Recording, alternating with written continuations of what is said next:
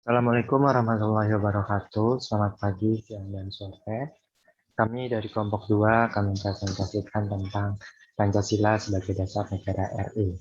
Sebelumnya kami memperkenalkan diri dari kelompok 2. Pertama adalah Cindy, Mirza, Ramdhani, dan Fiona.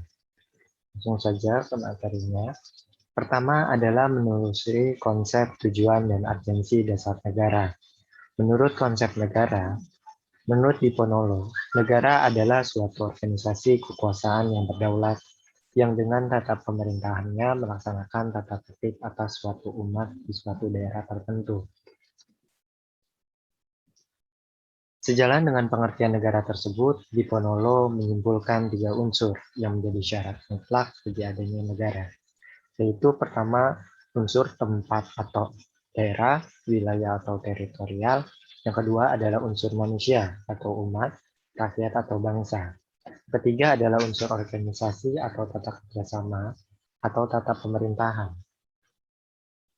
Ketiga unsur tersebut lazim dinyatakan sebagai unsur konstitutif. Selain unsur konstitutif, ada juga unsur lain, yaitu deklaratif, dalam hal ini pengakuan dari negara lain. Dasar negara akan membentuk negara, membentuk sistem pemerintahan, dan tujuan negara yang ingin dicapai, serta jalan apa yang ditempuh untuk mewujudkan suatu negara.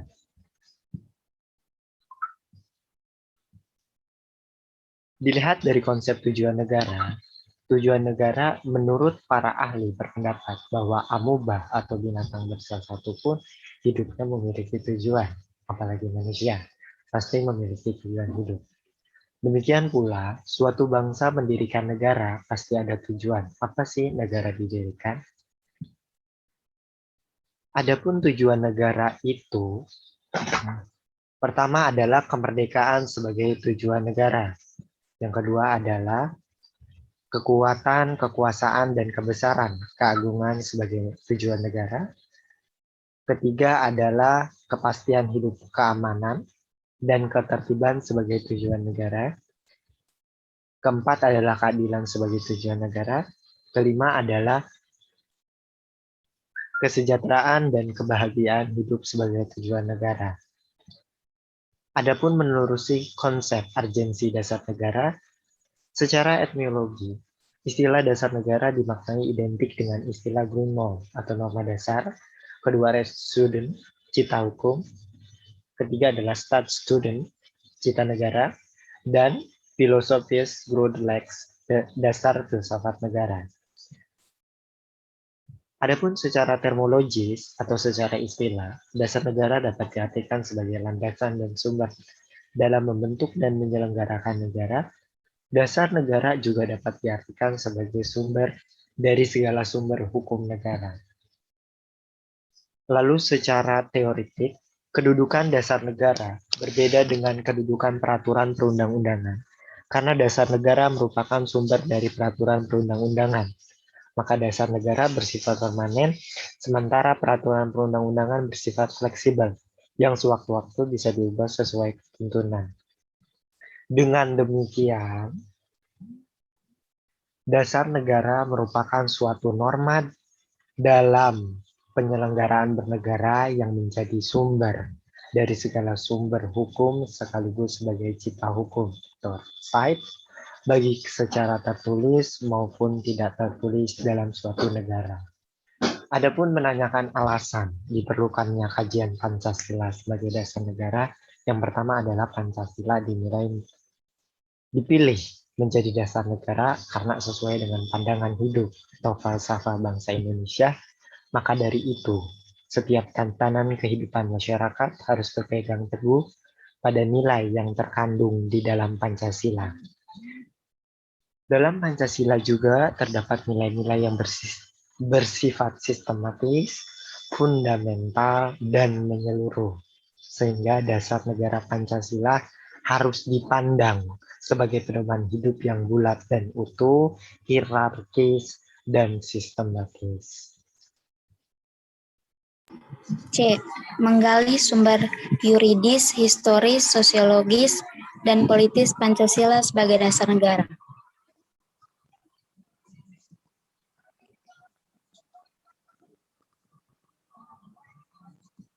Yang pertama, sumber yuridis Pancasila sebagai dasar negara. Pancasila merupakan dasar negara Republik Indonesia sebagaimana terdapat pada pembukaan Undang-Undang Dasar Negara Republik Indonesia tahun 1945. Terdapat pula dalam ketetapan MPR nomor 18 MPR 1998. Selain itu, juga dijelaskan dalam Undang-Undang nomor 12 tahun 2011 tentang pembentukan perundang-undangan bahwa Pancasila merupakan sumber dari segala hukum negara. Yang kedua, sumber historis Pancasila sebagai dasar negara. Pancasila sebagai dasar negara dibentuk setelah menyerap berbagai pandangan yang berkembang secara demokratis daripada anggota PUPKI dan PPKI sebagai representasi bangsa Indonesia, pimpinan MPR dan tim kerja sosialisasi MPR periode 2009 sampai 2014. Terkait dengan hal tersebut, Mahfud menyatakan bahwa berdasarkan penjelajahan historis, diketahui bahwa Pancasila yang berlaku sekarang merupakan hasil karya bersama dari berbagai aliran politik yang ada di BPUPKI, yang kemudian disempurnakan dan disahkan oleh PPKI pada saat negara didirikan. Yang ketiga, sumber sosiologis Pancasila sebagai dasar negara. Latif, pimpinan MPR dan tim kerja sosialisasi MPR periode 2009 sampai 2014, 2013 menguraikan pokok-pokok moralitas dan haluan kebangsaan kenegaraan menurut alam Pancasila sebagai berikut. Yang pertama, nilai-nilai ketuhanan atau religiusitas sebagai sumber etika dan spiritualitas atau yang bersifat vertikal transendental dianggap penting sebagai fundamental etika kehidupan bernegara. Yang kedua, nilai-nilai kemanusiaan universal yang bersumber dari hukum Tuhan, hukum alam, dan sifat-sifat sosial atau bersifat horizontal. Dianggap penting sebagai fundamental etika politik kehidupan bernegara dalam pergaulan dunia.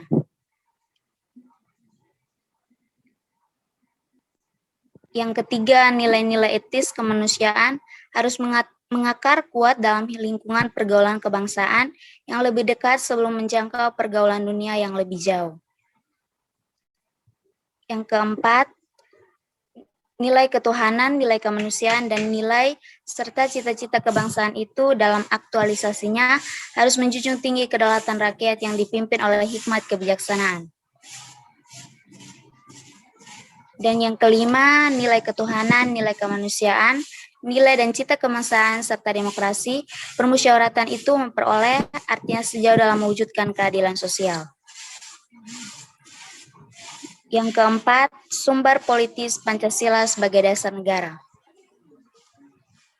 Pancasila merupakan norma hukum dalam memformulasikan dan mengimplementasikan kebijakan publik yang menyangkut hajat hidup orang banyak.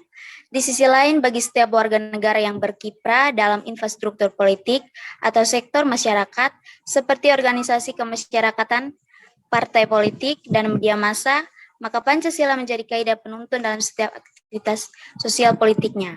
Dengan demikian, sektor masyarakat akan berfungsi memberikan masukan yang baik kepada sektor pemerintah dalam sistem politik.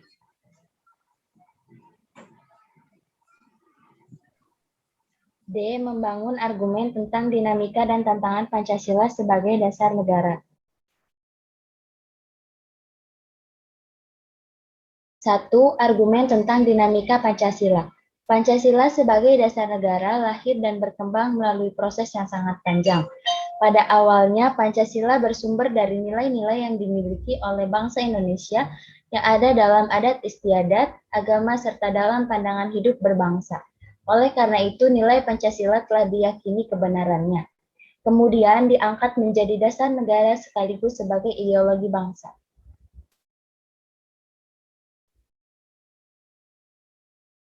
Nama Pancasila lahir atas usulan atau ide Presiden Soekarno pada tanggal 1 Juni 1945 pada sidang BPUPKI yang pertama.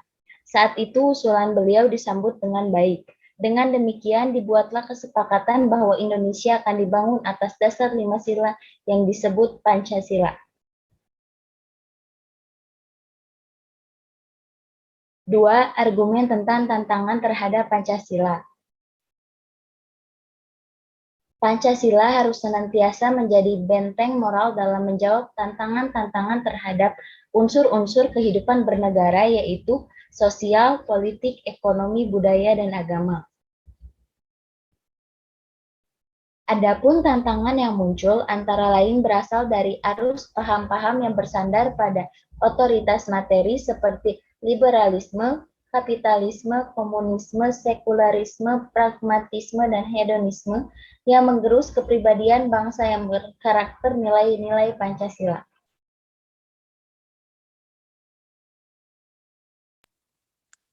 Mendeskripsikan esensi dan urgensi Pancasila sebagai dasar negara.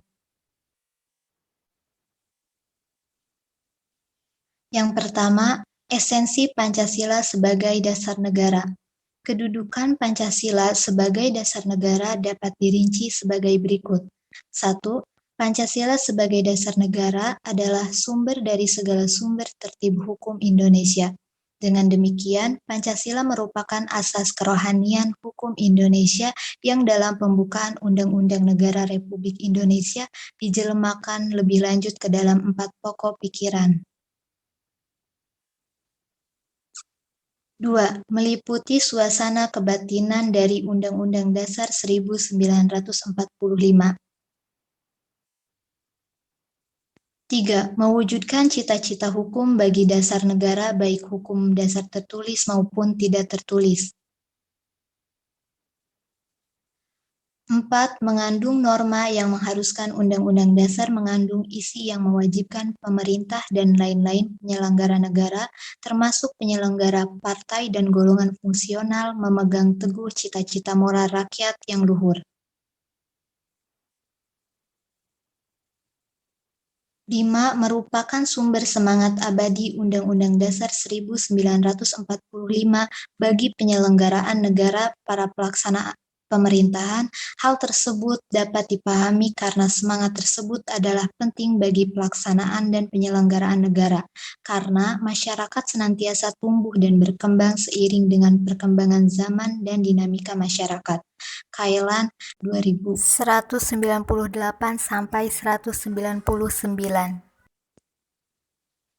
Yang kedua, urgensi Pancasila sebagai dasar negara. Pendekatan institusional yaitu membentuk dan menyelenggarakan negara yang bersumber pada nilai-nilai Pancasila sehingga negara Indonesia memenuhi unsur-unsur sebagai negara modern yang menjamin terwujudnya tujuan negara atau terpenuhinya kepentingan nasional yang bermuara pada terwujudnya masyarakat adil dan makmur. Human resource terletak pada 2 aspek, yaitu 1. Aparatur negara atau orang-orang yang memegang jabatan dalam pemerintahan yang melaksanakan nilai-nilai Pancasila secara murni dan konsekuen di dalam pemenuhan tugas dan tanggung jawabnya. Demikian pula halnya pada tahap implementasi yang harus selalu memperhatikan prinsip-prinsip good governance antara lain transparan, akuntabel, dan fairness sehingga akan terhindar dari KKN atau korupsi, kolusi, dan nepotisme.